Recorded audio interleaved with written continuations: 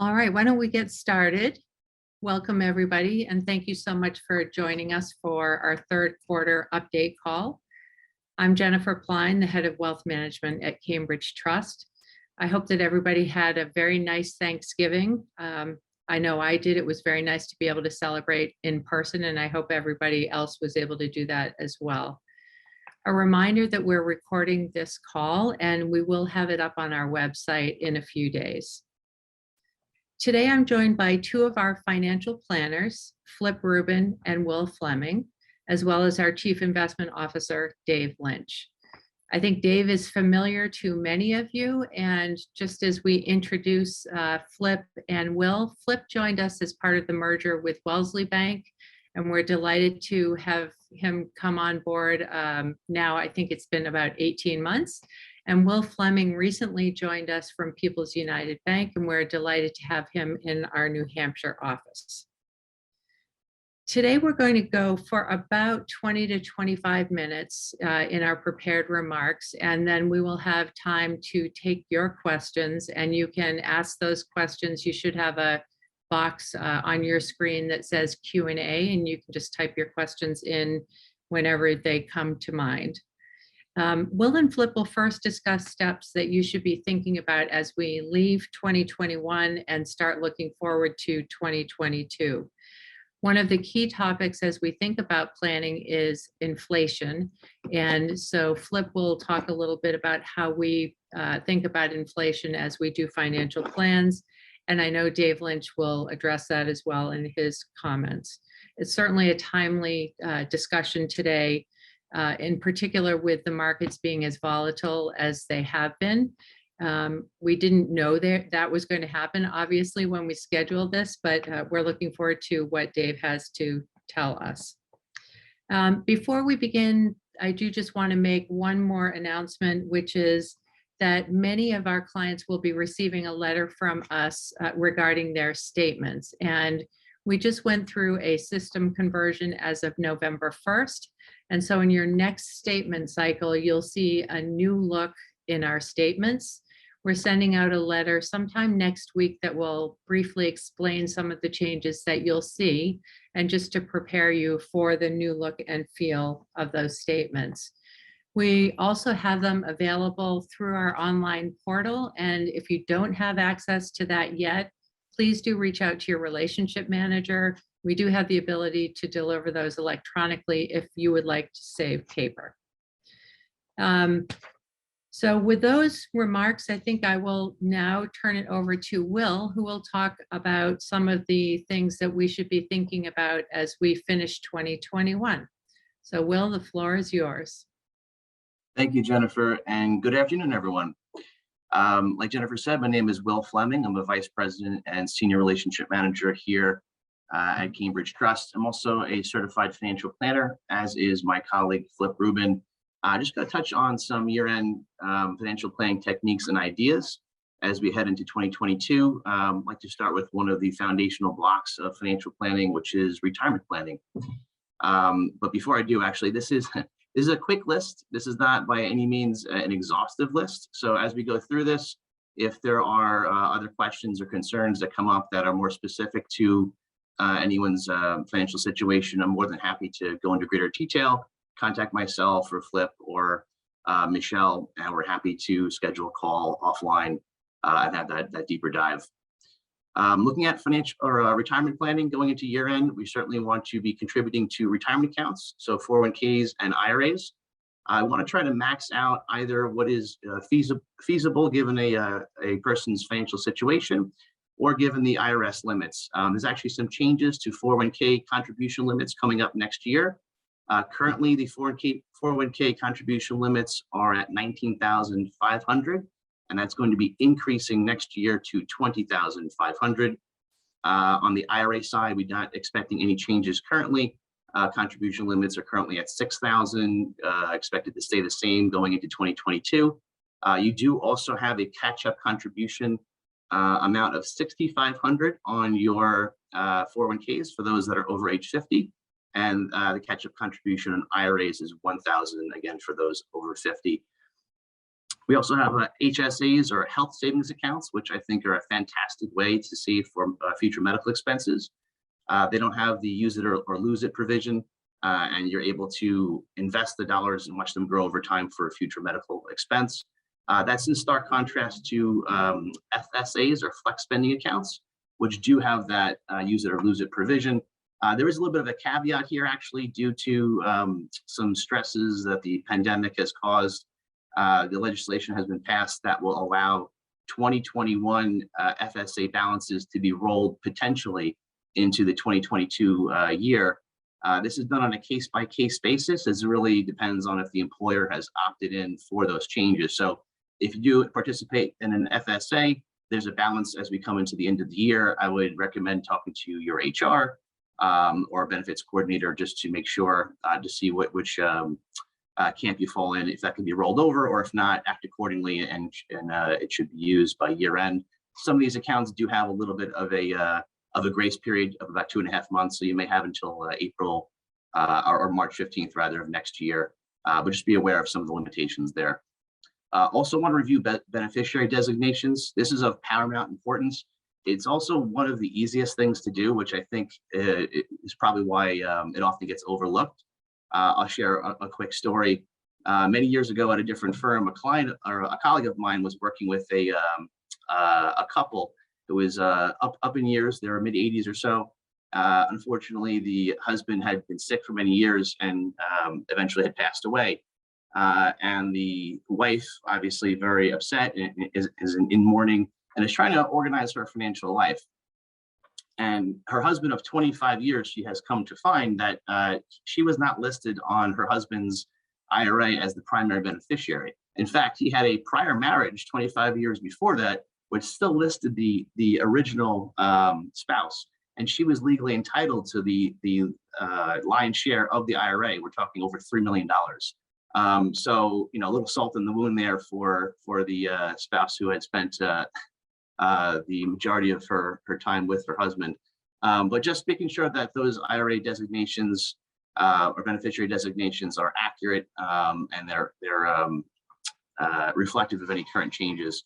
We also want to consider Roth conversions. Roth conversions are taking pre-tax dollars from an IRA or a 401k, paying taxes today and moving it into a Roth account where all future distributions would be tax-free.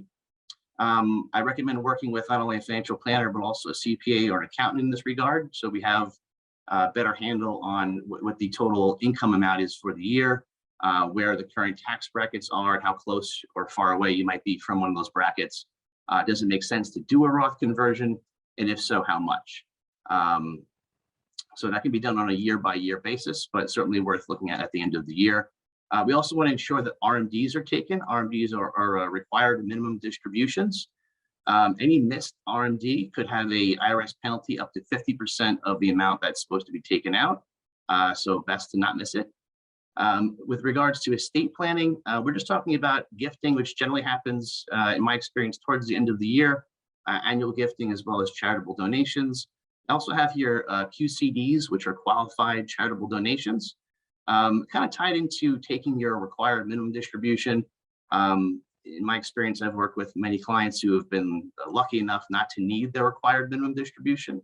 They don't require it for, they don't need it for their living expenses. So, and they happen to be charitably inclined. So they have opted to have their RMD go directly to the charity. The charity gets 100% of that value, no taxes taken out of that distribution, and also lowers the taxable income for the IRA owner. So potentially a win-win there.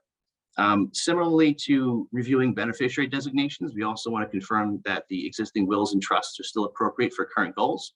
You know, family dynamics change, certainly legislative changes and tax law changes could impact our overall estate plan.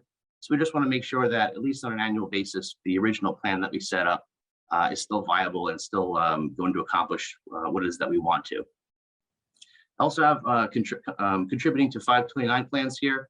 529 plans are education or tuition cost plans, ways to save for traditionally it's been college, but there's actually been some changes to the law recently. I put this under estate planning because many of our clients like to gift to children or to grandchildren and many of them opt to do so by way of a 529 contribution. Moving right along to investments, end of the year is a fantastic time to review and update allocations and strategies. This should be done at a bare minimum once a year. And we are looking at investments and strategies. It may be a matter of upcoming expenditures or cash flow needs. It could also be sort of a backdrop of the, or looking at the economic backdrop that you will discuss with your portfolio managers. Potentially also tax loss harvesting when appropriate. Tax loss harvesting is just selling an asset intentionally for a loss and using that to offset another gain. So working with your accountant, working with your financial planner, these could be very, very powerful tools. Also letting your accountant and your financial planner know if you have any carry forward tax losses. These are tax losses or losses in prior years that were in excess of any gains that you're quote unquote carrying forward, and could be used to offset capital gains in the current year, as well as if there aren't any capital gains, potentially up to $3,000 can be deducted off of ordinary income. Also looking at insurance. Insurance is another foundational portion of financial planning. I can speak from experience here, having moved recently, wanting to make sure that your not only your life, your health, and your disability insurance coverages are still appropriate, but also that your homeowners and auto insurance are still appropriate given the circumstances. A lot of life changes happen. Again, moving to different locations or marriage, having children. Want to make sure that the costs that you're incurring for some of these coverages are still appropriate. Because when it comes to financial planning, every dollar counts, and we want to make sure that we can account for all our cash flows in and out, and making sure that they're efficient in doing so. Last piece here is just some housekeeping items. Really looking at budgeting for the upcoming year, and really looking at the cash in and cash out. I actually had wrote this prior to the Thanksgiving holiday, prior to the Omicron variants coming out. So potentially any large expenditures or vacations may be a little bit offset for next year, or maybe not. But we certainly want to plan ahead for those. That might be a behavioral change, maybe funneling additional dollars into a savings account, or an HSA for medical costs, or it could be making a change as far as expenses are concerned. And then the last piece of the puzzle here, something that traditionally has not been a major component for financial planning historically, but in the last few years has skyrocketed in importance, is to consider credit monitoring and identity protection. Personally, my parents have had their identity stolen about 10 years ago, and it was years before they could get the money that was stolen back from them, as well as try to instill some level of confidence in doing transactions, whether online or with any other institution. It's just a very long, drawn out headache. So I personally have credit monitoring and identity protection services. I would recommend everyone at least look out or go out there and search the market, and just to see what kind of options are available in this regard, because again, fraudsters, identity theft, that is on the rise, especially in the digital world that we live in today. So just some sort of quick hits on some year-end financial planning techniques and ideas. With that, I will throw it to my colleague Flip for his comments on inflation. Flip. Thanks, Will. I think everyone has their homework cut out for them. That was a great list. Thanks. And it's great to be here this afternoon, and it's a pleasure to share some thoughts on the topic of inflation and how we incorporate those risks into long-term planning. As Jennifer said, I'm Vice President, Relationship Manager, Certified Financial Planner, and I work with clients to develop and update their long-term financial plans. As Will suggested, it not only is it a great time of year to get your financial house in order, but it's also a great time to revisit your financial plan and review the long-term planning assumptions. Planning is a dynamic process, and assumptions are continually shifting and changing, and plans are really only as good as the information that goes into them. So it requires some diligence. So regarding inflation, anecdotally, we're seeing inflation all around us locally, wherever we might shop, dine, entertain. It's pervasive. And recent statistics from the Bureau of Labor indicate that the core CPI, which is the most widely accepted measure of inflation, reached 4.6 in October. If energy and food are also included, inflation is running closer to 6%. So this compares to a much lower 30-year core CPI of 2.3%, which is what we've gotten quite used to. Also of note, in response to pricing pressures, the Social Security Administration recently announced a cost of living increase of 5.9% for Social Security benefits beginning in 2022. It's the highest annual increase in nearly 40 years. So given this backdrop, it's very understandable that clients are nervous and want to evaluate the implications of higher rates on their financial plans. The impact of inflation will, of course, impact different people in different ways. So how do we factor inflation into long-term plans?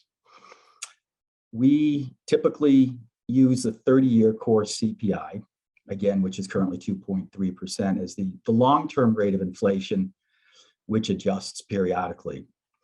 From there, we then layer on alternative planning strategies that incorporate different rates and sequences of inflation. So, for example, based on recent trends and a client's level of caution, we might evaluate the impact of higher long-term inflation after a hypothetical short-term spike, say over the next 3 years. A 3-year scenario might therefore include say a 6% spike over the next 3 years, followed by a return of historical 2.3%. In the next scenario, 2.75%, and perhaps in the third scenario, perhaps 3.0. So it may seem that the differential between 2.3, 2.75, and 3 is minor. The results can be very impactful and really may necessitate clients to rethink their near-term and long-term planning goals and priorities. And of course, there may be trade-offs that are required in terms of goals and objectives. So what can clients do to address the prospect of higher inflation? I think one of the biggest keys at a very base level is to take the time to reevaluate the accuracy of your current and projected lifestyle expenses and priorities. It's also important to review your overall portfolio and make sure that it's still positioned appropriately to support your longer-term planning modifications, if there have been any. So I would strongly urge people who are interested in either developing a plan or reviewing their plan to reach out to me, to Will, or other members of your wealth management team to discuss any concerns that you're having, and we'll be happy to help in any way we can. And I'll turn it back over to Jennifer. Thanks. Thanks, and we'll turn it back to Dave Lynch to give us an update on investing at Cambridge Trust. Hi, good afternoon, everybody. It seems last time we spoke to you, Federal Reserve Chairman Powell was also making headlines. So among the virus headlines, also headlines again today from Chairman of the Federal Reserve talking about the inflation outlook, et cetera. So we have a lot of factors to consider. We'll touch several of them today. But I think to partner with my colleagues Will and Flip, it is really the longer term, slow and steady wins the race type of game plan that we want to stick with. Certainly, Will and Flip are in the very long term perspectives, or a little bit of a short perspective in investments, monitoring the tactical situation. But all else equal, we still strive for a low turnover, buy and hold, enduring portfolio. And so we think, despite all of the news that is made for a challenging Thanksgiving holiday and certainly into this week, that the current positioning that we have in portfolios largely still holds. The variance make it for not as fun of a world, but still an economically viable world. I think that has been the lesson of some of the prior waves, not to diminish the human toll, of course, which is tragic, but that the economy, globally speaking, and certainly here in the US, has adapted and continues to adapt more and more successfully. Is not to say that it's full speed ahead.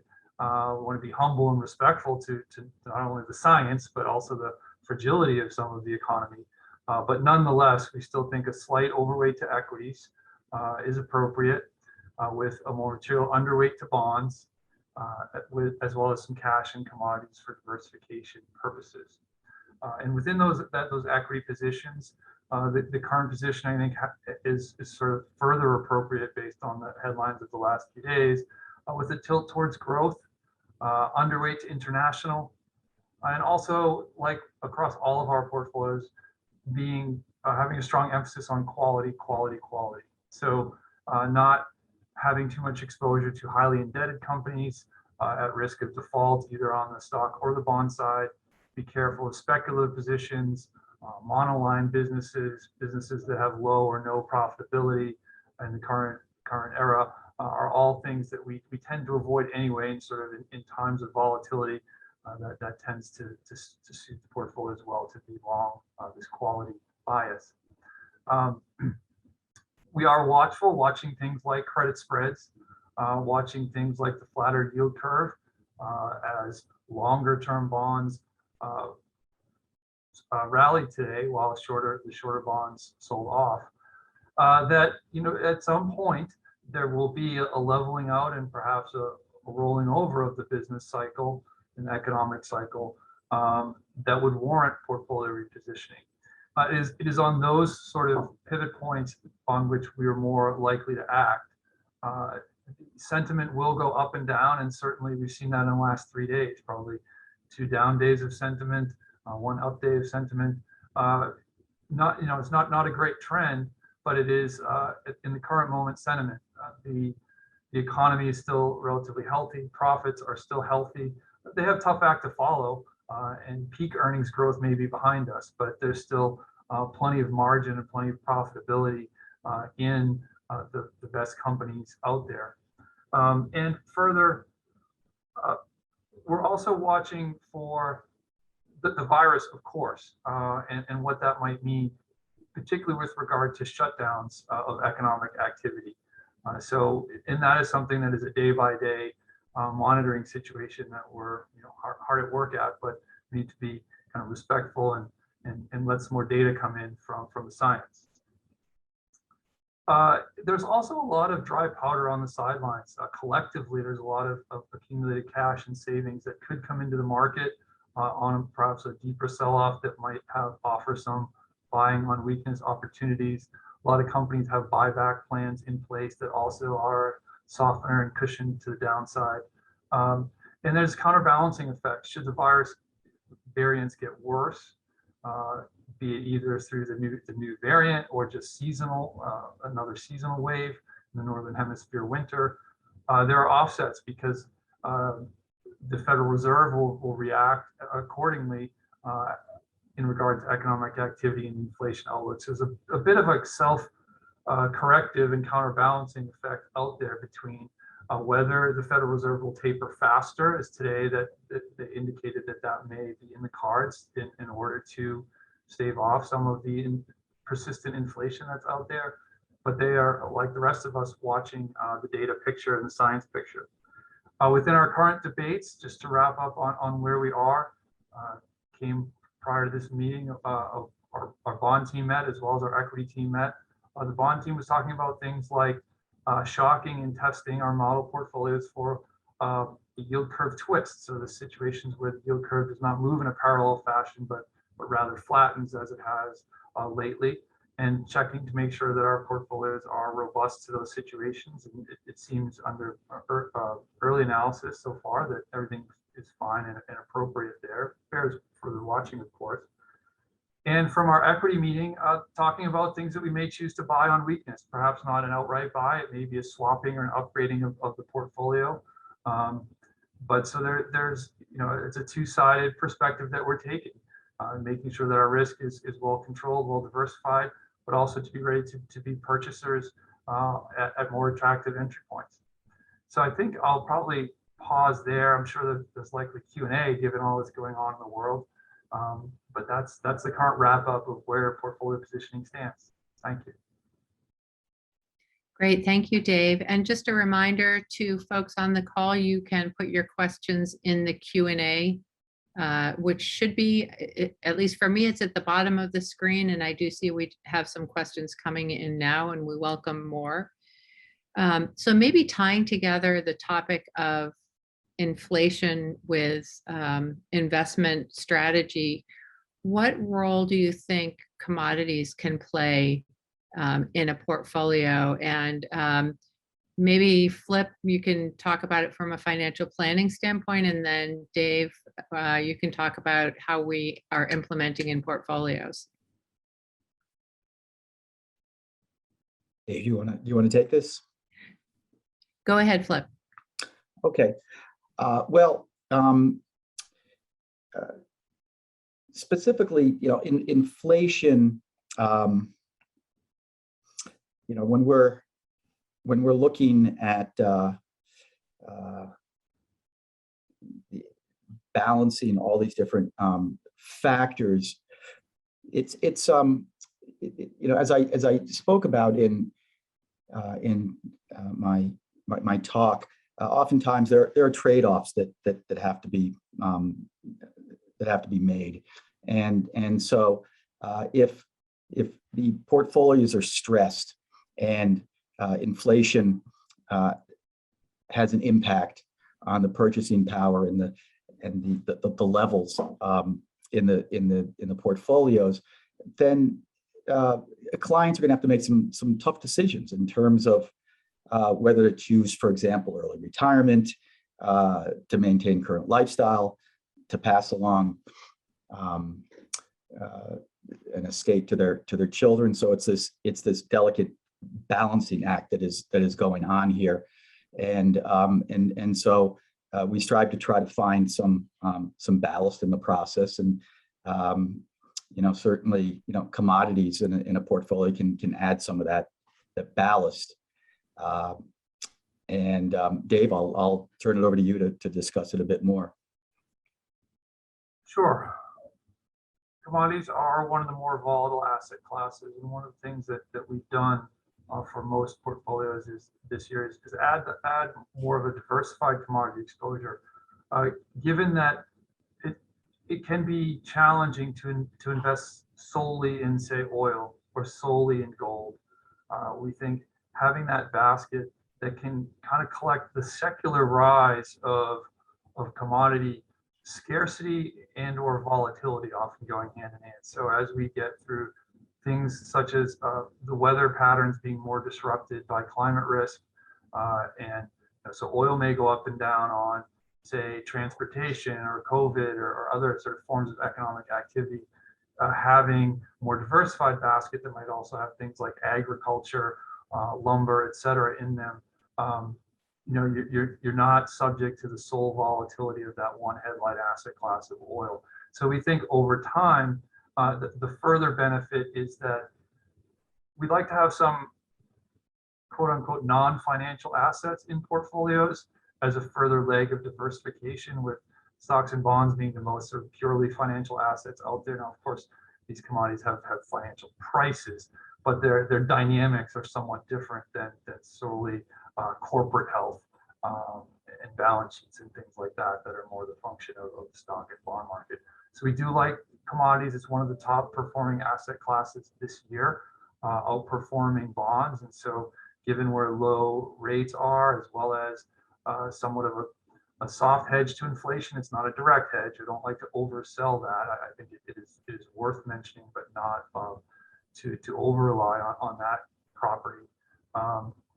Despite the volatility of the last couple of days, it's still a double-digit 20+ type % performer this year in many cases. So we do like them for the long term. Great, thank you, Dave. Will, we have a question here on whether RMDs can be used for charitable giving. So that's a great question, particularly around, actually today is Giving Tuesday, so that's perfect timing. Absolutely. To answer your question, yes, you can do a partial.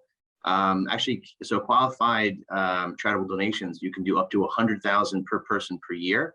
And many of the times 100,000 is going to be in excess of someone's required minimum distribution.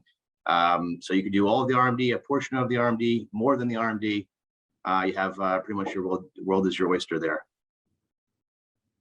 Great, thank you, Will. So a very succinct question. Thoughts on Bitcoin, invest or stay away? Dave, you want to take that one? Yes, I'll try to take the middle ground on that. And I would say stay curious and keep learning, keep monitoring and studying and trying to understand the dynamics of that entire ecosystem. I don't think it's going away. Blockchain is a real technology that is around, is here to stay. Bitcoin itself it may or may not be a stalwart for the long term. Where we are in our current research on it, we're spending a lot of time researching it, taking in as much information from all sorts of sources as we can, is we're not really ready to put our full stamp on it as a widely prescribed investment for our clients. That's not to say that fortunes can't be made there. Certainly some have been made and lost in that market. But the volatility and the challenge to sort of fundamentally value that asset class it's sort of it's the antithesis of some of the fundamental valuation on which we base the rest of client portfolios, where we believe there's sort of a more robust assessment of capital security that we can find in the high quality bonds and high quality equities that we prefer. That may lead to a little more muted upside than Bitcoin when it is rallying, but also perhaps a little more stability and avoidance of some of the downside when it is not performing well. But this is not to say that we will never invest in it or will never come to you, our clients, with a recommendation that it should be another lever in that diversification basket that we've slowly built out with things like commodities that we just talked about and other hard assets. And many of you have real estate and other assets that are a strong piece of ballast to your portfolio. This may become a bit of an insurance or a diversifier in the future. But currently it's not simple for us to go out and own it as fiduciaries and custodians in a simple, secure way. So that's our current thinking. But as I say, we're absorbing as much information as we can because we're not dismissive of the asset class. We're just not ready to go there yet. Great, thank you very much. I'm also curious, in terms of the supply chain issues that we've been seeing with the freight being built up at ports, are there particular sectors of the market that we are either especially worried about or enthusiastic about given those supply chain issues? It's pretty specific, stock specific, but there's winners and losers, but I think it's relatively transitory overall. So to sort of fundamentally trade portfolios on what is a painful and lingering phenomenon, but we do not think is a permanent phenomenon. We haven't done as many trades or positioning sort of in a tactical way to try to arbitrage that opportunity. So I guess we've been aware of it and studying it as relates to all of our positions. Every piece of the economy has supply chain is intertwined, but we haven't made any specific. There's not one position I could say this is the one that specifically answers your question. Sorry. No, that's fine. Thank you. And I know it's obviously a topic of great conversation, certainly in the press. So just thought I would ask. That is it for questions. Maybe I'll give it one more moment to see if anybody else has a question that they want to ask. And one did just come in. This is a tough one. So Dave, you can give a range, but what are our expectations for returns for a balanced portfolio in 2021 and into 2022? Okay. Well, we had a meeting this morning to start formulating our annual outlook and update of our assumptions that we use across the firm, including in Phillips financial planning models, among other places where those assumptions permeate. I would say, as we have said, and we've been pleasantly surprised to the upside this year, given the sort of the rather generous stimulus that was injected as a result of COVID, that returns have beat our expectation, at least on the equity side. Now, bonds have underwhelmed and been more kind of a zero returner, but that contrasts with 20% or so return on the equity side. So in that very sort of blunt analysis, you're talking about 10% or more return for a balanced portfolio or a 60-40 type of portfolio. For 2022, we'd have more modest expectations. I would think something in the single digits, maybe mid to upper single digits on the equity side, and low single digits towards zero on the bond side, and you end up on a 50-50 basis, sort of right there in the mid single digits. And so has to be I think modest expectations, and that would be the macro assessment. But we hope across our strategies we can find outperformers within that, and maybe find another % or so on top of that. It's hard to add gobs of percentages over and above what the aircraft carrier of the market gives us, but we hope that we can do that. I think that would include active management of our ETF strategies as well. And we've talked some about single stocks on this call today, but our ETF strategies are that use ETFs, but they're not passive by any stretch, and they will use their own sort of sector expressions to directionally follow the recommendations of the firm. So that kind of mid single digits, more cautious. We've borrowed a lot of return from the future here and pulled a lot of it forward. We haven't had to pay the piper yet with a more modest return year, but I think inevitably that will come. Whether it's 22 or 23 remains to be seen, but I think we've been fortunate thus far. Great, thank you. And then one last question: do we use portfolio optimizers to assess our longer term returns, and are we looking at cross correlations between assets to balance our risk return profile? Well, Flip, would you like to answer that? I'm happy to chime in, but I'll give you. Well, sure. Every plan that we do uses optimization using a Monte Carlo analysis, and so we're constantly looking at rates of return and variability, and testing that against mean returns. So we're trying to take into consideration variability whenever we're doing projections. It's a very important part of the planning process. And my philosophy is to be cautious, plan for not necessarily the worst, but to be cautious and hope for something better. But that optimization really helps to define what the range of outcomes will be. Great, thank you, Flip. Anything else to add to that, Dave or Will? I think that covers it. I do see we have a few questions on semiconductors, and I can offer a couple of comments there. Sure, go ahead.